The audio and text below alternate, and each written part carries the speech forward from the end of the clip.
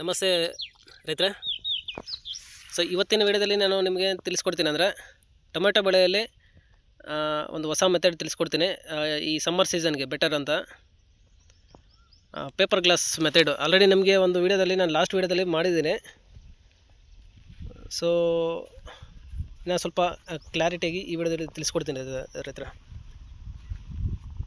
So paper glass ಹಾಕೋ main intention ಬಂದು ನಿಮಗೆ ಪೇಪರ್ ಗ್ಲಾಸ್ ಹಾಕೋ ಮೈನ್ ಇಂಟೆನ್ಷನ್ ಬಂದು ನೋಡ್ತಾ ಇದ್ರಲ್ಲ, ಈ ಗ್ಲಾಸ್ ಹಾಕೋ ಪೇಪರ್ ಗ್ಲಾಸ್ ಹಾಕೋ ಮೈನ್ ಇಂಟೆನ್ಷನ್ ಬಂದು ಈ ಮಲ್ಚಿಂಗ್ ಪೇಪರ್ನ ಬಿಸಿನ ತಡೆಗಟ್ಟೋದೊಂದು, ಇನ್ನೊಂದು ಮತ್ತು ಯಾವುದೇ ಥರ ಸಸಿಗೆ ಡ್ಯಾಮೇಜ್ ಆಗದಿರ ಸೊ ನಾರು ಚೆನ್ನಾಗಿ ಅಂಟ್ಕೊಳ್ಳಿ ಅನ್ನೋ ಉದ್ದೇಶದಿಂದ ಪೇಪರ್ ಗ್ಲಾಸ್ನ ಬಳಸ್ತಾ ಇರ್ತಾರೆ. Especially during the summer season. ಈ ಸಮ್ಮರ್ ಸೀಸನ್ಗೆ ಇದನ್ನು ಬಳಸೋದ್ರಿಂದ ನಿಮಗೆ ತುಂಬ ಎಫೆಕ್ಟಿವ್ ಆಗಿ ಬರುತ್ತೆ plant growth and development. So ಎಲ್ಲ ಥರ ರೈತರು ಇದನ್ನು ಬಳಸ್ಬೋದು, especially during the summer season to avoid heat and temperature. So ನಿಮಗೆ ಎಲ್ಲ ಥರ ಮಾರ್ಕೆಟ್ಗಳಲ್ಲಿ ಸಿಗುತ್ತೆ. ಸೊ ಒಂದು ಈಚ್ ಗ್ಲಾಸು ಕಾಸ್ಟ್ ಬಂದು ನಿಮಗೆ 60 ಪೈಸೆ ಬೀಳುತ್ತೆ ರೈತರೆ. ಬಟ್ಟು ನಾವು ಆಲ್ರೆಡಿ ಪ್ರಾಕ್ಟಿಕಲಾಗಿ ಇಂಪ್ಲಿಮೆಂಟೇಷನ್ ಮಾಡಿರೋ ತೋಟಗಳನ್ನ ನೋಡಿದ್ದೀವಿ. ಸೊ ರಿಸಲ್ಟ್ಸು ತುಂಬ ತುಂಬ ಎಫೆಕ್ಟಿವ್ ಆಗಿದೆ, ಎಫಿಷಿಯೆಂಟ್ ಆಗಿದೆ.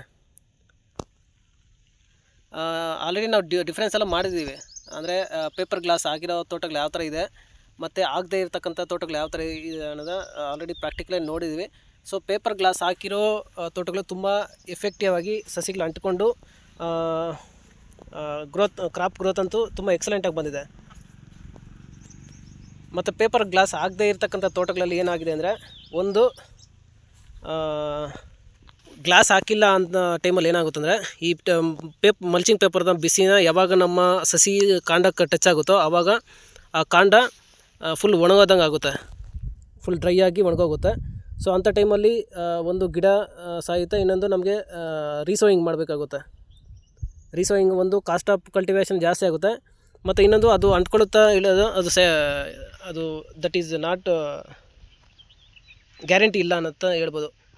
ಬಟ್ ಈ ಪೇಪರ್ ಗ್ಲಾಸ್ ಪದ್ಧತಿನ ಬಳಸ್ಕೊಂಡ್ರೆ ತುಂಬ ಎಫೆಕ್ಟಿವ್ ಆಗಿದೆ. ಮತ್ತು ಇನ್ನೊಂದು ನಾನು ಈ ವಿಡಿಯೋದಲ್ಲಿ ನಿಮಗೇನು ತಿಳಿಸ್ಕೊಡ್ತೀನಿ ಅಂದರೆ, ಸೊ ಯಾವುದೇ ಬೆಳೆ ಮಾಡಲಿ, ಎಸ್ಪೆಷಲಿ ಈ ವೈರಸ್ ಇರ್ತಕ್ಕಂಥ ಬೆಳೆಗಳಲ್ಲಿ ಏನು ಮಾಡಬೇಕಂದ್ರೆ, ನೀವು ಈ ವೈರಸ್ನ ಹತೋಟಿ ಮಾಡಬೇಕಂದ್ರೆ, ಈ ರಸ ಇರೋ ಕೀಟಗಳನ್ನ ಹತೋಟಿ ಮಾಡಬೇಕಂದ್ರೆ ನಿಮಗೆ ಏನು ಮಾಡಬೇಕಂದ್ರೆ, ಈ ಸುತ್ತಲೂ ನೋಡ್ತಾ ಇರಲ್ಲ, ತೋಟ ಸುತ್ತಲೂ ಕಂಪಲ್ಸರಿ ಮುಸ್ಕಿನ ಜೋಳ ಬೆಳೆಸಬೇಕು. ಈ ಥರ ನಾಟಿ ಮಾಡಿದ್ರೆ ನಿಮಗೆ ಆ ತೋಟ ಸುತ್ತಲೂ ಏನು ಮಾಡುತ್ತೆ, ಬಾರ್ಡ್ರ್ ಕ್ರಾಪ್ ಥರ ಆ್ಯಕ್ಟ್ ಮಾಡುತ್ತೆ. ಬೇರೆ ಪಕ್ಕದಲ್ಲಿ ಇರ್ತಕ್ಕಂಥ ತೋಟಗಳಿಂದ ಈ ರಸ ಇರೋ ಕೀಟಗಳು ಥ್ರಿಪ್ಸು, ಮೈಟ್ಸು, ಎಪಿಡ್ಸು, ಲೀಫ್ ಆಪರ್ಸು, ಜಾಸ್ತಿಡ್ಸು ಅಂತ ಇರುತ್ತಲ್ಲ, ಸೊ ಇವನ್ನು ಬೇರೆ ಪಕ್ಕದ ತೋಟಗಳಿಂದ ಬರೋದು ಪರ್ಸೆಂಟೇಜ್ನ ಕಡಿಮೆ ಬರುತ್ತೆ. ಸೊ ಇವುಕ್ಕೆ ಬಾರ್ಡ್ರ್ ಥರ ಆ್ಯಕ್ಟ್ ಮಾಡುತ್ತೆ ಬಿಟ್ವೀನ್ ನಿಮ್ಮ ತೋಟಕ್ಕೂ ಮತ್ತು ಬೇರೆಯವ್ರ ತೋಟಕ್ಕೂ. ಸೊ ಅಂಥ ಟೈಮಲ್ಲಿ ಸ್ವೀಟ್ ಕಾರ್ನ ಬಳಸಿದ್ರೆ ತುಂಬ ಉಪಯುಕ್ತ ಅಂತಲೇ ಹೇಳ್ಬೋದು. ಮತ್ತು ಇನ್ನೊಂದು, ಪ್ರತಿ ಟೊಮೆಟೊ ಬೆಳೆ ಅಂತಲೇ ಇಲ್ಲ, ಯಾವುದೇ ಥರ ತರಕಾರಿ ಬೆಳೆ ಆಗಿರ್ಬೋದು, ವೈರಸ್ ಎಸ್ಪೆಷಲಿ ವೈರಸ್ಸು ಈ ರಸ ಇರೋ ಕೀಟಗಳಲ್ಲಿ ಯಾವ ಜಾಸ್ತಿ ಇರುತ್ತೋ ಅಂಥ ಬೆಳೆಗಳಲ್ಲಿ ಪ್ರತಿ 8ರಿಂದ 10 ಸಾಲಿಗೊಂದು ಚೆಂಡು ಹೂ ಬೆಳೆಸಿದ್ರೆ ನಿಮಗೇನಾಗುತ್ತೆ ಅಂದರೆ, ಈ ಟ್ರ್ಯಾಪ್ ಕ್ರಾಪ್ ಥರ ಆ್ಯಕ್ಟ್ ಮಾಡುತ್ತೆ. ಈ ರಸ ಇರೋ ಕೀಟಗಳು ಥ್ರಿಪ್ಸು, ಮೈಟ್ಸು ಇವೆಲ್ಲ ಅದು ಈ ಚೆಂಡು ಇರುತ್ತಲ್ಲ ಯೆಲ್ಲೋ ಕಲರು, ಆ ಫ್ಲವರ್ಸ್ಗೆಲ್ಲ ಅಟ್ರಾಕ್ಟ್ ಆಗಿ ಸೊ ಅಲ್ಲೋಗಿ ಕೂತ್ಕೊಳ್ಳುತ್ತೆ. ಸೊ ಅಂಥ ಟೈಮಲ್ಲಿ ನಿಮಗೆ ಕ್ರಾಪ್ ಮೇಲೆ ಬರ್ತಕ್ಕಂಥ ಪೆಸ್ಟ್ ಇನ್ಫೆಸ್ಟೇಷನ್ನು ಸ್ವಲ್ಪ ಕಡಿಮೆ ಆಗುತ್ತೆ ಇರುತ್ತೆ. ಸೊ ದಯವಿಟ್ಟು ಎಲ್ಲ ರೈತರು ಇದನ್ನು ಫಾಲೋ ಅಪ್ ಮಾಡಿದ್ರೆ ನಿಮಗೆ ಬರ್ತಕ್ಕಂಥ ಕ್ರಾಪ್ ಗ್ರೋತು ಚೆನ್ನಾಗಿ ಬರುತ್ತೆ, ಮತ್ತು ವೈರಸ್ ಪರ್ಸೆಂಟೇಜ್ನ ಕಡಿಮೆ ಆಗುತ್ತೆ ಇರುತ್ತೆ. ನಮ್ಮ ರೈತರು ಕೆಲವರು ಆಲ್ರೆಡಿ ಇಂಪ್ಲಿಮೆಂಟ್ ಮಾಡ್ತಿದ್ದಾರೆ.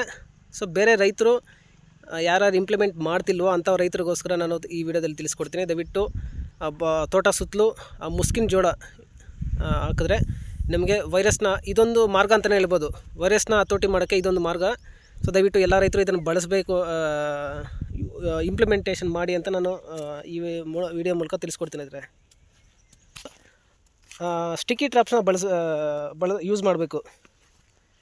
ಬೋತ್ ಎಲ್ಲೋ ಸ್ಟಿಕ್ಕಿ ಟ್ರಾಪ್ಸ್ ಆಗಿರ್ಬೋದು ಮತ್ತು ಬ್ಲೂ ಸ್ಟಿಕ್ಕಿ ಟ್ರಾಪ್ಸು. ನಾಟಿ ಮಾಡಿದ ಮೇಲೆ ಒಂದು 10ರಿಂದ 15 ಆದಮೇಲೆ ಸ್ಟಾರ್ಟ್ ಮಾಡ್ಬೋದು.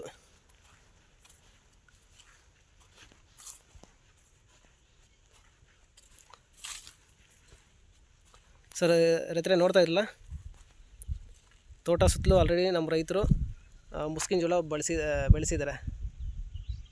ತುಂಬ ಯೂಸ್ ಆಗುತ್ತೆ ಇದು, ತುಂಬ ಅಂದರೆ ತುಂಬ ಯೂಸ್ ಆಗುತ್ತೆ.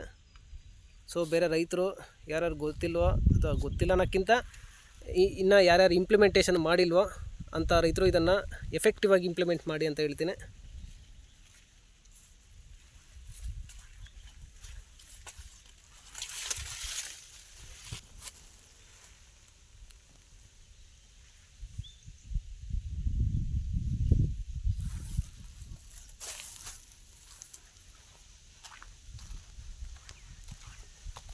ಬರೀ ಕೆಮಿಕಲ್ ಮೆಥಡ್ ಮೇಲೆ ಹೋಗ್ತೀವಿ, ವೈರಸ್ನ ಹತೋಟಿ ಮಾಡ್ಕೊತೀವಿ ಅಂತ ಹೇಳೋಕ್ಕಿಂತ ಈ ಥರ ಸಮಗ್ರ ಕೃಷಿ ನಿರ್ವಹಣಾ ಪದ್ಧತಿಗಳನ್ನ ಬಳಸಿದ್ರೆ ನಮಗೆ ಒಂದು ಕಾಸ್ಟ್ ಆಫ್ ಕಲ್ಟಿವೇಷನು ಕಡಿಮೆ ಬೀಳುತ್ತೆ. ಮತ್ತು ಇನ್ನೊಂದು ನ್ಯಾಚುರಲ್ ಆಗಿ ಇರುತ್ತೆ, ನೈಸರ್ಗಿಕವಾಗಿರುತ್ತೆ. ಮತ್ತು ಇನ್ನೊಂದು ಲಾಂಗ್ ಟರ್ಮ್ ಆಗಿ ಸರ್ವೈವ್ ಆಗ್ಬೋದು. ಮತ್ತು ಬರ್ತಕ್ಕಂಥ ಇಳುವರಿನೂ ಕ್ವಾಲಿಟಿ ಆಗಿರುತ್ತೆ ರೈತರೆ. ಸೊ ಇಷ್ಟು ಹೇಳ್ತಾ ನಾನು ವಿಡಿಯೋನ ಮುಗಿಸ್ತಾ ಇದ್ದೀನಿ. ಸೊ ದಯವಿಟ್ಟು ನಮ್ಮ ಮಾಹಿತಿ ನಿಮಗೆ ಇಷ್ಟ ಆದರೆ ಪ್ಲೀಸ್ ಲೈಕ್ ಮಾಡಿ, ಶೇರ್ ಮಾಡಿ. ಇನ್ನಷ್ಟು ರೈತರಿಗೆ, ನಿಮ್ಮ ಸುತ್ತಮುತ್ತಲ ಇರ್ತಕ್ಕಂಥ ಎಲ್ಲ ರೈತರಿಗೂ ಇದನ್ನು ಶೇರ್ ಮಾಡಿ ಅಂತ ಹೇಳ್ತಾ ವಿಡಿಯೋನ ಮುಗಿಸ್ತೀನಿ. Thank you.